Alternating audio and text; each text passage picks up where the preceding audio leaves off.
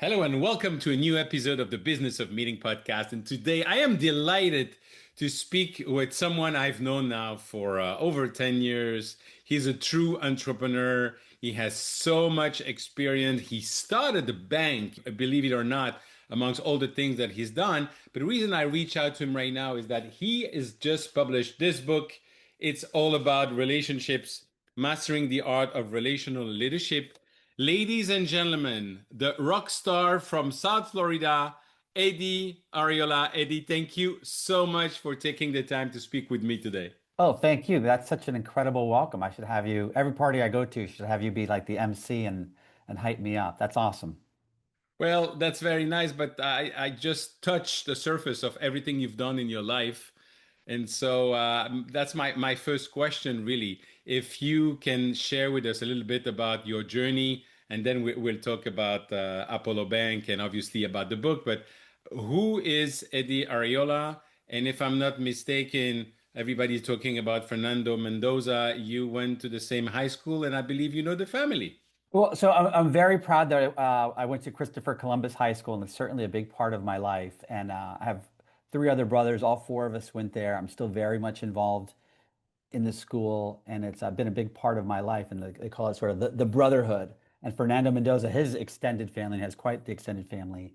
He went there. So I'm very proud. And then one of the things in the book, in my bio, I have all the professional things I accomplish, and then I list that I went to Christopher Columbus High School. And the publisher is like, with all the things that you've done in your life, why are you listing your high school? I go, you don't understand how big a deal that is to me and the community I come from. So yeah, very proud of that, and thank you for mentioning that. Well, full disclosure, one of my daughter is a Hooters. Oh So wow, wonderful. This has been a good year for her then. yes, absolutely. So you went there.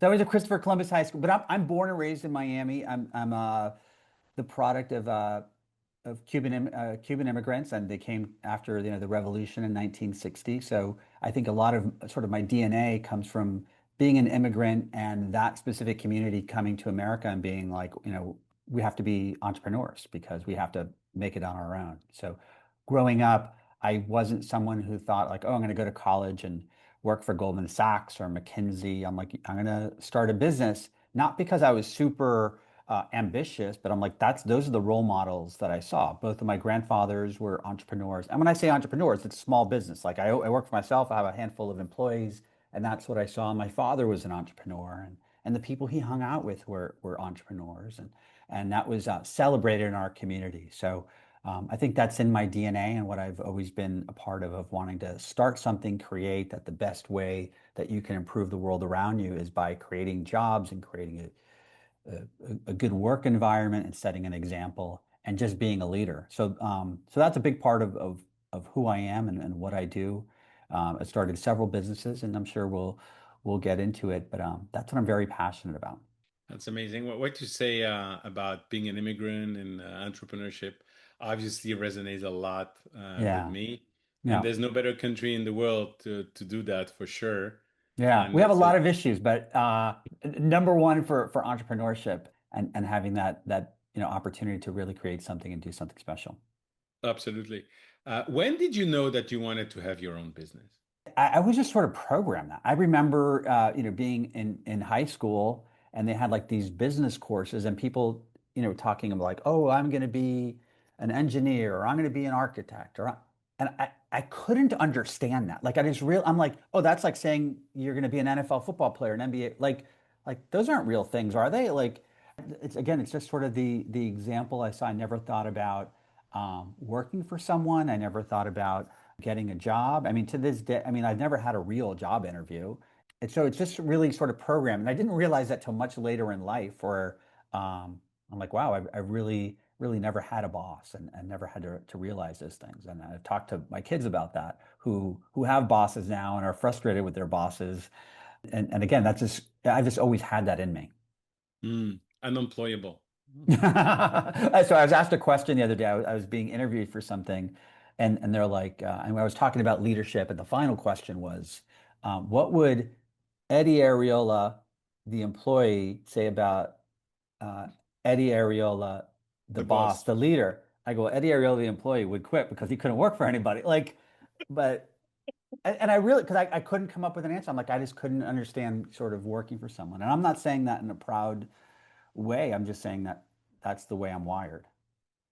And if I'm not mistaken, on your LinkedIn profile, there's a Inktail. You had a big run Yeah. with that. Yeah. So that business still exists. We founded that company with my brothers in 1997, and it's still a major, call center and data company and marketing company that with operations across Latin America. Now that my brothers open an operation in Africa, and it's been an incredible business and incredible run. But we started that business in 1997, and I left that business to start Apollo Bank in 2008. But they still run that business, and it's super super successful.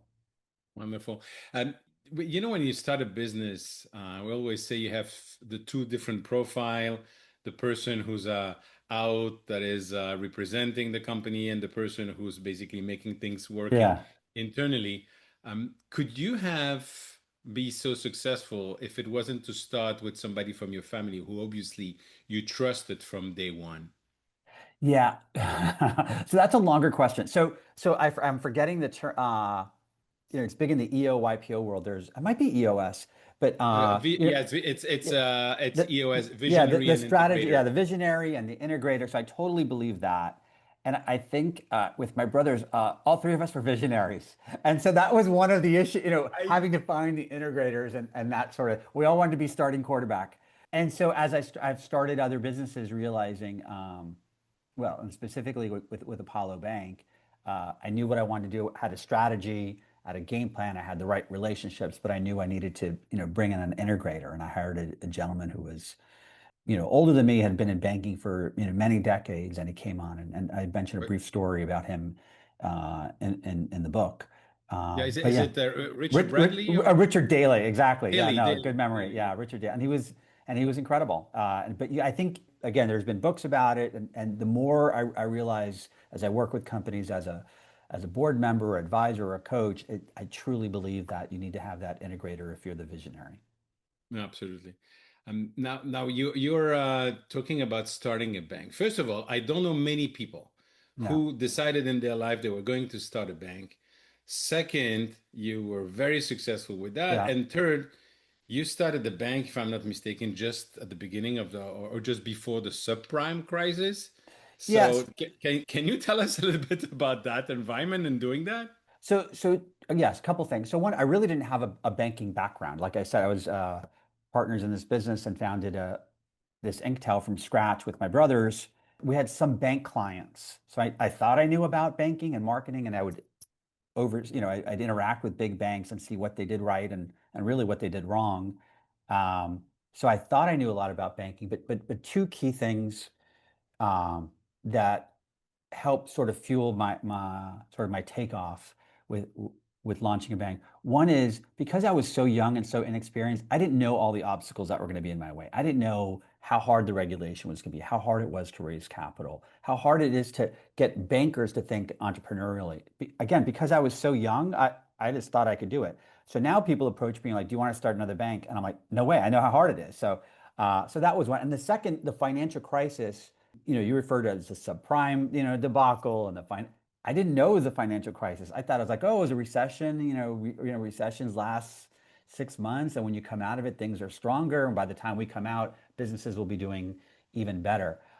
Again, if I had known how long it would take and how deep and dark the problems were, I never would have gotten into it. But I was, so far in the journey that I said the only way out is through. And again, in hindsight, the people that were backing us, whether it be people that wanted to work on our team or investors or clients and even regulators, they saw like this guy, his team that they put together, they won't stop. They really have perseverance. So I think that had people admired us more for that. And once we really sort of came out of the gates to open up and operate as Apollo Bank, we had so much built-in credibility and trust, because of the journey we took, and it was that hard. But How did the name came from? Is it because failure is not an option? well, part Uh, of it, part of it. So the true story, I've always been motivated by the Apollo mission to the moon, and so when I was first starting the process of starting a bank, I didn't really know what I was doing. So I went around the country. I talked to 40 different people that had started a bank and said, here's what I'm thinking about doing. What are your thoughts? Who else should I talk to? And as you know, entrepreneurs are very generous with telling their story and their time and their lessons. No one asked for anything in return. I'd ask for an hour and they'd just keep talking until I said, I think I have to go now. And people were so generous. And it came to a point where I really wanted to do this. And I reached out to a handful of the leading bankers in South Florida. I'm sorry, the banking attorneys, and none of them would return my phone call. I'm like, oh, I want to start a bank. This is what I'm doing. And then this is like right when the iPhone came. So most you were calling their office, leaving a voicemail at their office. And I came across an attorney in Austin, Texas, who was nationally regarded. I said, "Hey, I saw this article. Great to ask your opinion." And I send him an email, and he goes, "If you're ever in Austin, Texas, I'd love to buy you a drink and talk to you more about this." And I go, "Oh, I'm going to be in Austin, Texas next week." Of course, I Of wasn't course. really going to be in Austin. And so we met. He invited me to the Four Seasons bar, and we had a long conversation. He goes, "You have a really good game plan. I'm sure you're going to find an attorney. But if you don't, you want to work with someone in Austin, Texas, I'd be glad to represent you." So as weeks passed, and I said, I'm definitely going to do it, I reached back out to this gentleman's name is Chet Fenimore. He's a nationally known banking attorney. I go, "Hey, Chet, I'm going to do it. I'm going to launch a bank. I'm going to move forward, and I'd love for you to represent me." And he goes, "Great. What are you going to name the bank?" And I go, "I don't know. I really just decided. I don't have a team. I don't even have investors." And he goes, "Well, for the last few months, I've been giving you free advice. Starting Monday, the advice isn't free anymore. What's the name of the legal entity that's going to pay my legal bill?" And I thought about it over the weekend, and I've always been motivated by the Apollo mission to the moon, that you get a bunch of really smart people focused on a common goal, you can do anything. And so I call him back and I go, "The name of the entity that's going to pay the legal bill is the Apollo Organizers, Inc. And we're organizing, and this is my Apollo mission." And he goes, "Oh, I love that." So I'd go out, I'd have to write, pay a bill or meet with people, and they go, "What's Apollo Organizers?" I go, "Well, this is my Apollo mission." And they go, "Oh, that's what you should name the bank, Apollo Bank." And it kept resonating with people, and they saw sort of the passion I had. So that's where the name came from. And then again, you're probably well aware, most the names are taken. Banking has been around since the inception of this country, and so it's either the first this or the state that or national that, and so Apollo Bank was available. Amazing. How do you recruit, especially for somebody who's starting a business, whether it's a bank or something else? How do you recruit your first employees, and how do you find the first customers? Yeah. So two different things. I think part of it, and that's really part of the impetus of writing the book. To me, it really came back to relationships. So when I was starting to recruit, I didn't have like a banking team to put into place, but I reached out to people that I felt believed in me, that I trusted them, and said, again, here's what I'm thinking about doing. What are your thoughts? Who else should I talk to? So I started to put together through my relationships a series of names and people, and I would just meet with them and talk to them about my vision and my passion. And again, sort of if you build a relationship and you build a reputation, it precedes you, and people start to that trust carries forward. So I would get out there and interview and talk to as many people as possible and try to come up with what's the right profile I knew I wanted like this integrator, someone with a lot more experience than me that really understood banking, that was, even though they had much more experience than me, that they were willing to be the number two person. And that's not easy for a lot of people. And with this gentleman, Richard Daly, I'm forgetting that he was 32 years older than me. So not everyone wants to hop into that spot. And so was super lucky. And then from there, it started, Richard had his own relationships and people trusted him. And so we just started building from there. But it was about, conveying our culture, conveying our values, and just being relentless and trying to surround ourselves with like-minded people. Regarding customers, to me, and you and I were having a conversation offline, and you nailed it without even articulate, is customer selection is so important. So when I talk to you about it, one opportunity, you go, no, no, no, no, here's my customer, and you're very near. And so I think you need to be, the most successful people, especially starting off, are very, very specific on customer selection. They know, I can deliver A plus service and a product to this particular person. If I veer from it, I'm going to give a B plus or B minus, and then you don't really build a great company. So part of it was customer selection. And with us, it was, one of our taglines was by entrepreneurs for entrepreneurs. So we specifically targeted the EO, YPO world, entrepreneurs, people running a business. We knew how to speak to those customers. We knew their needs. And again, through our relationships and the trust we had built, we just met with people one-on-one. And as you know, the power of meetings and the power of one-on-one conversations. So it's, the customer selection, the power of relationships, and making sure you have a really good product and you deliver. That's awesome. Yeah, to your point, and I'm focusing on being the voice of event Yeah, entrepreneurship, and that's you're it. doing a great job. Thank you. Besides the obviously prospect pool, if you want, with EO and YPO, how does EO and YPO help you in your life and your career? And what would you say to any entrepreneur listening about joining such an organization? Yeah, so I joined EO 24 years ago, and aside from marrying my wife, and I've been married for 30 years, aside from marrying my wife, it was the single best decision I made in my entire life. For 24 years, there hasn't been a day that goes by, counting Saturdays, Sundays, holidays, there hasn't been a day goes by that I haven't connected with someone from EO or YPO and had a hello, a meaningful conversation, just a deep conversation. It's just had such an impact on me developing as a person, as a leader, as a husband, a father, and certainly as a business person. It's made all the difference. And so I joined EO 24 years ago. I'm going to get the numbers wrong. Maybe 16 years ago, I was at a forum, our entire forum transitioned to YPO for a variety of different reasons, but I'm still very connected to both organizations. It's been the single best thing. And whenever I hear someone that was sort of in the position I was 24 years ago, or even I know that EO or YPO can help them, I'm all over and encouraging them. And as you know, and in the book, I even mentioned the power of EO and YPO, and a handful of people have read this and been like, oh, I saw this. Should I join? I'm like, yeah, the answer is yes. And I'm going to connect you via email today. Awesome. I actually refer the son of friends now that qualify for the accelerator program Mhm. to go into that program, That's which is fantastic. phenomenal. So Eddie, I bought the book to support you. Thank It's you. all about relationship because every time I have friends writing a book, I want to support them. And I read it because I knew I was going to have you on the podcast. And as I told you offline, honestly, I said, yeah, I knew it was going to be a good book because of who you are and because of your career.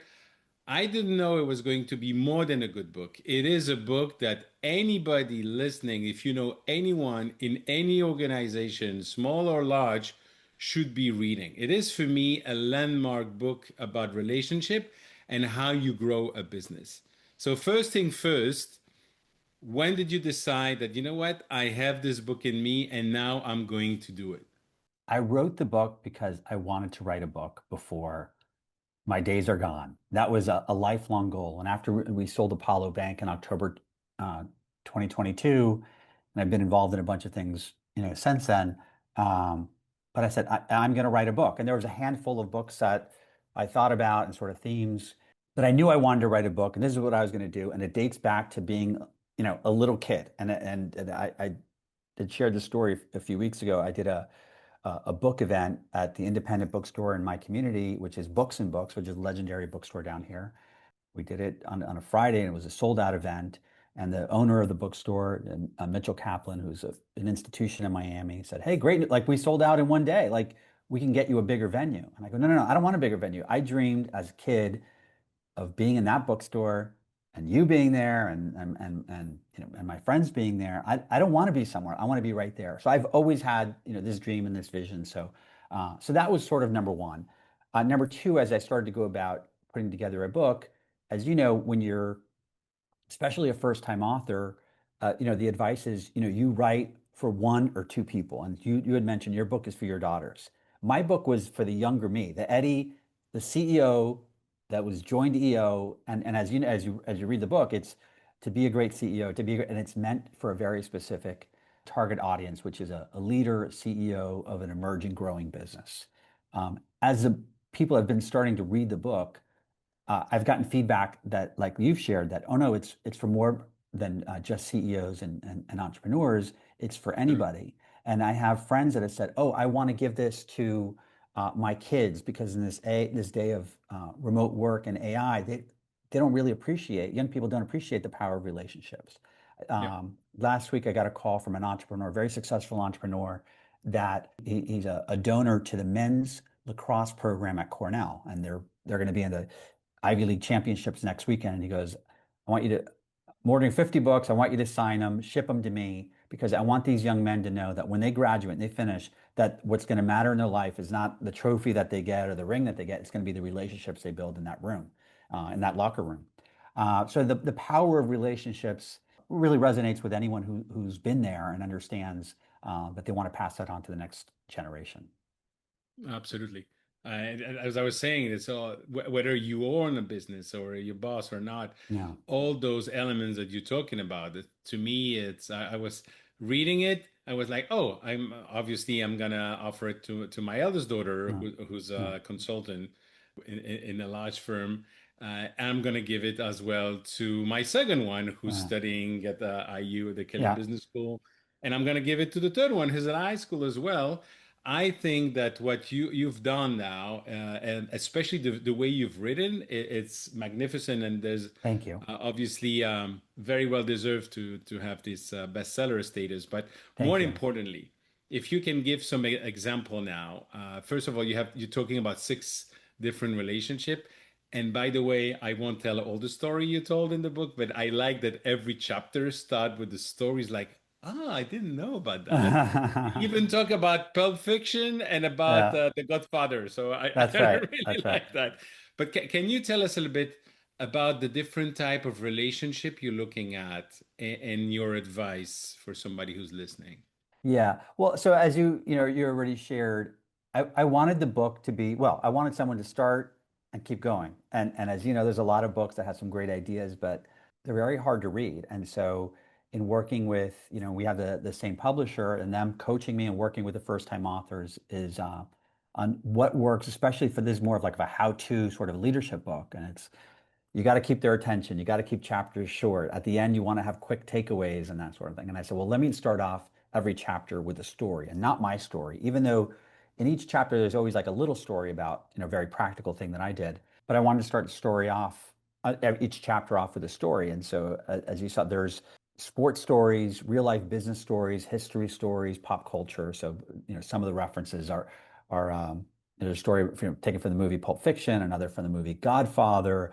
There's a story of Tom Holland and Spider-Man. There's one of Mr. Rogers, Yep. our JFK, RFK, and hopefully that keeps people going. And throughout the book, there's various different stories.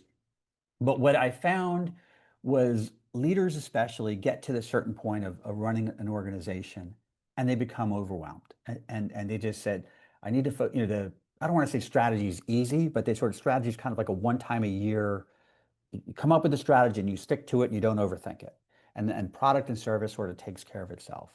But all of these things, and what I found was every breakthrough I ever had in my professional career and every problem I ever had in my professional career came down to a relationship. It came down to it's working with this person and they're helping me get this thing done, or they're not. And I didn't have that relationship and I can't accomplish my goal because they're either in the way or not providing a bridge for me.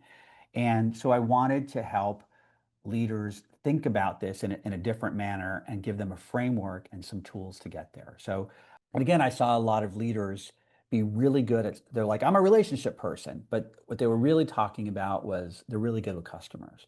Or they say, I'm a relationship person, they're good with their team, but they weren't involved in their industry or their community. Or as you know, in chapter 6 is their personal life was a disaster. And so one of the arenas that I call is yourself, how you manage yourself. So I tried to break down like here are all the different areas, and you can't do them all at the same time, but you do have to think about it and be aware of all the different components that are going to lead to your success. And I was working with one CEO the other day who read the book and is like, "This is great, I get it. There's too many relationships. I don't want to do it." I go, "But that's the job, my man. That's the job. You've got managing relationships and getting things done Yeah. through other people is how leaders get things done." So, Absolutely. yeah. I'm always not judging. Maybe I'm judging, but I'm looking in general, people, when I'm sitting at a table, how they are addressing the waitress. Yeah. If they look in their eyes, if they thank you, or if they just ignore completely. Did you had a way of building your bench when you were meeting people outside of the bank and being impressed or not by their behavior and then keeping in touch with them? Yeah. I mean, so one of the if I'm interviewing someone or if I'm like, you know, I'll keep it in the professional. If I'm interviewing someone for possible, might they be my lawyer, my banker, work on my team?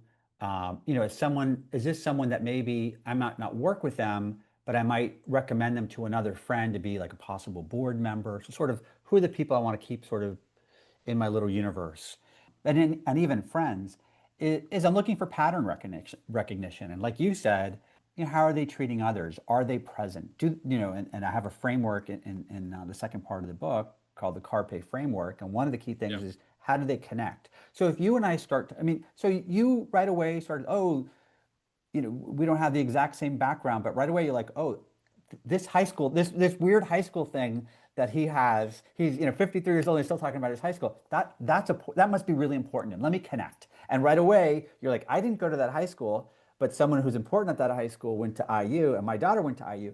And so those are the pattern recognitions that of the types of people that I want to connect with and have in my life.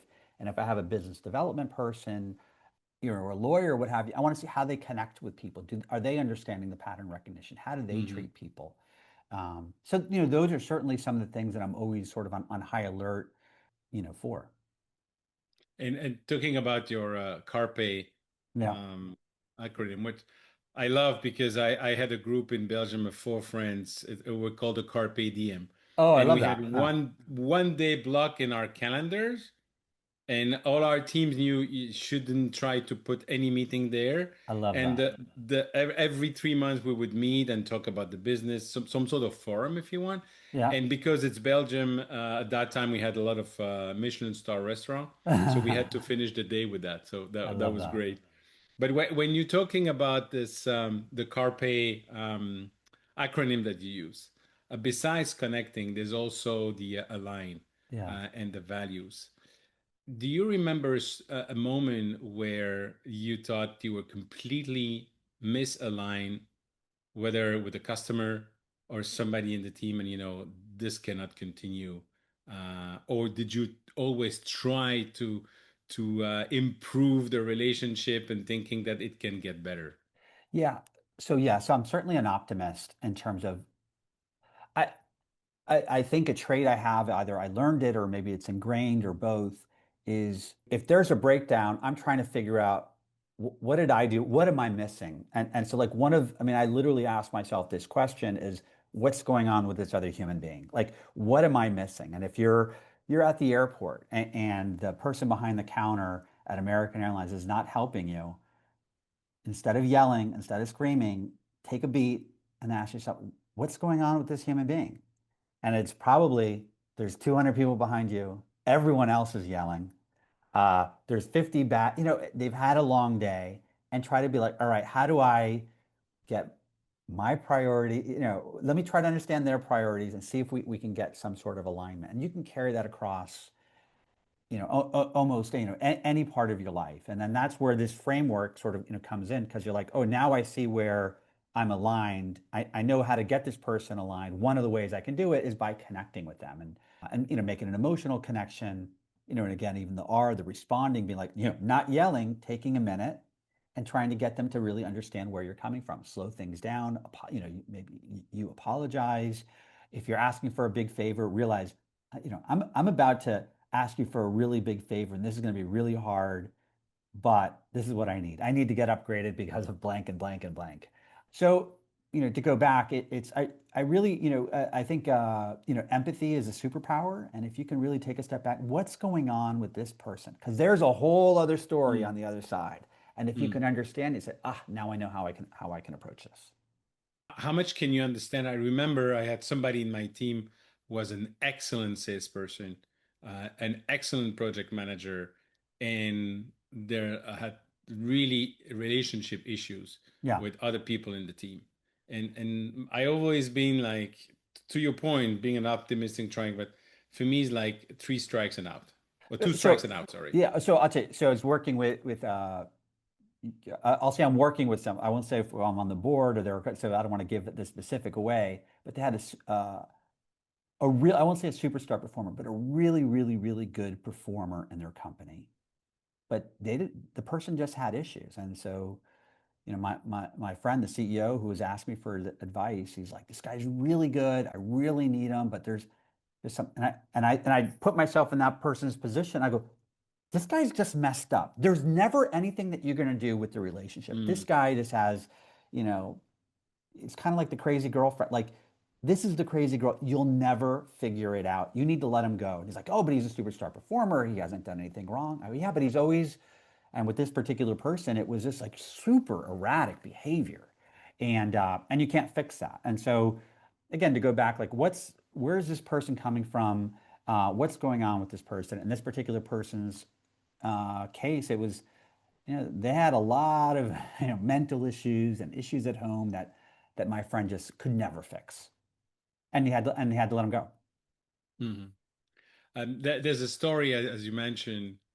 I won't say all the story, but that one in particular was with Michael Corleone, the Yeah, Godfather, and I believe he was in Cuba yeah, before. that's right, that's right, that's right. Yeah, When okay, yeah, and with Hyman Roth. Yeah, yeah, yes, but when you mention that story, and then you get that to illustrate the point about the relationship and the time of relationship, and yeah, sometimes the relationship evolve, the time you have to dedicate evolve.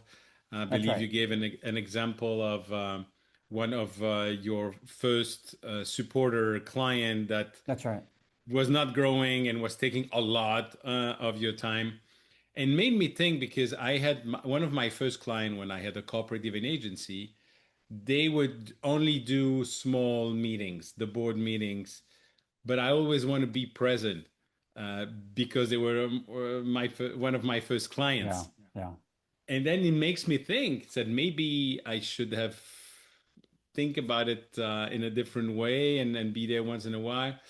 Can you elaborate on that, especially where you have a lot of small business owners listening to yeah, you right now? What it is, then how you allocate your time in terms of your client?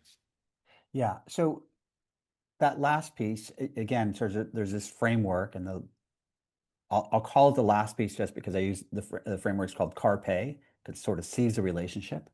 And the last part is evaluate, but it's never really the last part. You're just in a constant sort of motion. And sometimes you start at the R and you end up somewhere else. But the evaluate's very important because your business is always moving, your priorities are always changing, and then the other party's changing, right? So without knowing the specifics of who you were talking about, but it sounds like situations I was in, you're probably like me in that you're like, you pride yourself in being a very loyal person, loyal to your clients, loyal to your friends. And loyalty can blind you sometimes because you identify as being a loyal person, but that may be hurting your business. And that certainly hurt me a lot. Where like this is my first client, and this is the guy I went to college with, and this is the guy that believed in me when. But then you have to really, what is, you pull yourself back, and what's the big mission of the company? The best use of my time is to be with, be on the road and prospect and meet with new clients, and not, and me spending time with legacy clients isn't so useful, and setting a bad example within my Hmm. organization. So I think you need to evaluate and really sort of assess, again, you pull yourself back, or up to, 40,000 square feet or 40,000 feet above the air, and say, is this getting me to where I really want to go, or am I just slowing down the organization? But again, one of those things that I found in sort of my own evaluation was I liked saying that I was a loyal person, even now if you said, Eddie, you're a loyal person, I would view that as a compliment. But it can slow down your organization because there's different ways of addressing the loyalty. And the example I gave was in the book was not dropping the phone, dropping everything I do to take this customer's phone call, was coaching them to say, you're always going to call this other person. They're better at handling the situation than me because I'm too far away from the situation. Or, you know what, we're just going to have one really nice dinner a year. Uh, we're not going to have lunch every week. I'm not going to, always be responding to your text to try to get in the calendar. We're going to do this one time, and I'm going to be present, and we're going to have a great Mm. experience. But that's, all I can do at this point. And again, I like your concept, your car pace is the No. relationship, the connecting, the alignment, respond, Mm. priorities, and evaluation. So Yeah. we've touched on the two first and the last one. Can you say some words and maybe give an example about the respond part and about the priority part? Yeah. So the counter to respond is sort of react. And I find, especially entrepreneurs, small business owners, it's react, react, react. The phone rings, the customer's upset. I yell, I scream, I do something. But it's really, again, sort of if I could just give one tool, sort of take a beat and really think about what's the right thing for me to do. And maybe it's not for me to call Eric back. It's to meet with the account manager that's handling this account, give them all the tools and be like, okay, now Sally, you call Eric, you tell him we talked, you tell him that I made this a priority, but now you have all the tools to resolve it. So Eric's not always calling me because I'm probably not the best person to solve your problem. And You're so actually becoming the bottleneck you sometimes. come becoming the bottleneck is right. And so it's, really to take a beat and really understand, I don't want to fix this short-term problem and put out the fire. I want to have a solution that it can help me Mm. scale this business. So I use several examples and really think about, having the sort of the proper response. And it's more about, really being thoughtful about it because too often we are rewarded for quick reactions and being like, oh, that guy moved quick. Well, if you move quick too many times, you may be setting a bad example within your organization and your culture and training your customer wrong. And the priority, I think, it's arguably the most important part of it is really prioritizing your relationships because you have all these relationships in your life, and even if you were to just take as an example of your personal life. You have cousins and uncles and brothers and sisters and friends and that. But there are times when certain friends need your time more than others, and maybe because Mhm. something's going on in their life. You talked about those three friends, like you prioritize those people, and by giving them that thing, you're probably putting someone else down on the list. And you have to be okay with that. And so, for example, right before our call, I had a very good friend of mine who used to be in one of my old forums. And he called me we were getting on the call at 10. He called me at 9:55. And I knew we were going to have this call, but I still picked up the phone. And I said, hey, Henry, what's going on? And I go, I'm about to go on a podcast, but I wanted to take your call. He goes, no problem. But to me, he's on that very, very, very short list of prioritization. Like he calls, I'm picking up the phone Mhm. and it may be your kids, it may be, and so there's different sort of seasons in your life where you have to evaluate and reprioritize. So it may be clients, it may be, so for example, I'm on the board of Seacoast Bank, which bought our bank, a publicly traded company, and we're building a really big headquarters in Stuart, Florida.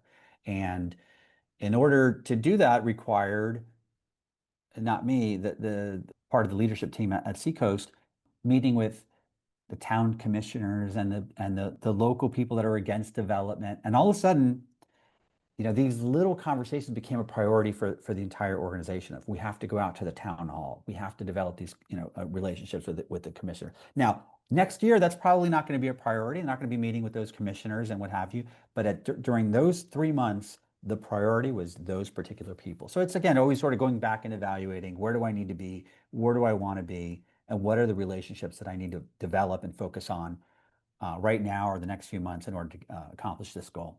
It's like getting a loan from a bank. The best moment to build a relationship is when you don't need it. A great example. I mean, great example. If you're thinking about, a great example, I talk to a lot of, especially like, EO and YPO guys. They're like, I'm selling my company. I just signed an LOI. What? Like, wait, have you talked to a lawyer? Have you talked to an accountant? Yeah, put me in touch. I have a very good friend that was in EO for a lot. And he goes, I'm selling my company. Congratulations. He goes, I need your help finding an investment banker, an accountant, and a lawyer. I go, oh, okay, let's talk. He goes, no, no, I already signed the LOI. I go, what are you talking? Oh, yeah, yeah. And I'm like, you were supposed to. And then, needless to say, that deal fell apart and it was a disaster. And he got in a fight with the accountant. He got in a fight with the lawyer. I go, okay, now that that's behind us, you're probably going to want to sell your company again. Let's say 2 years from now. Start meeting with lawyers. start meeting with accountants, start meeting with investment bankers. And then he did eventually, and he found sort of a great trifecta of consultants. But you really need to think about where you want to be down the road.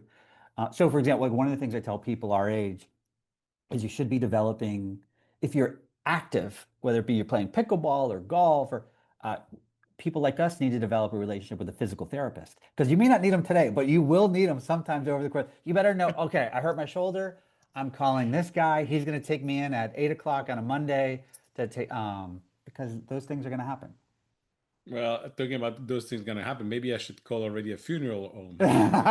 Maybe. You know what? Those are arrangements you want to handle ahead of time so that your kids, heaven forbid something, I know That's plenty true. of people that have a very good relationship with a rabbi or a priest. And when these bad, when life happens, they're like, the rabbi picks up my phone call right away. The priest picks up my phone call right away, and they help me through these difficult situations. So that's Yeah, actually a very good example. Yeah. that's true. Eddie, I love your book. It's all Thank about you. relationships. I really recommend everyone to buy it. And I'm very appreciative of your time, but I know, I have No, also it's my great to see limited you, and I time with you. appreciate our friendship. And you and I connected from the day we met years ago, and I'm glad we've kept the Absolutely. friendship. Yes, me too, absolutely. So if you allow me, I have two quick last questions for today. Of course. Uh, the first one is, how do people get in touch with you if they want you to come and speak and talk to them? Yeah, so great, thank you. So the best way is on my LinkedIn page. So it's Eddy, Eddy Arriola, Arriola, and I'm pretty active on LinkedIn. They can message me there. On my website, it's Arriolaco, Arriolaco.com, and then you can go on Amazon and buy my book. And if you buy the book, leave a review. Absolutely, which I have to do. I Thank always you, do that, but I need to finish reading it, which I thank you, did. thank So you. I'm going to do that. And my last question, when we meet again in 1 year with a bottle of champagne, what are we going to celebrate? Ooh, good question. I don't know exactly, all the things going. Well, I think we celebrate relationships. Maybe that's what we'll do. We'll talk about the relationships that were the most important over the past year that helped us get to either through hard times or the good times.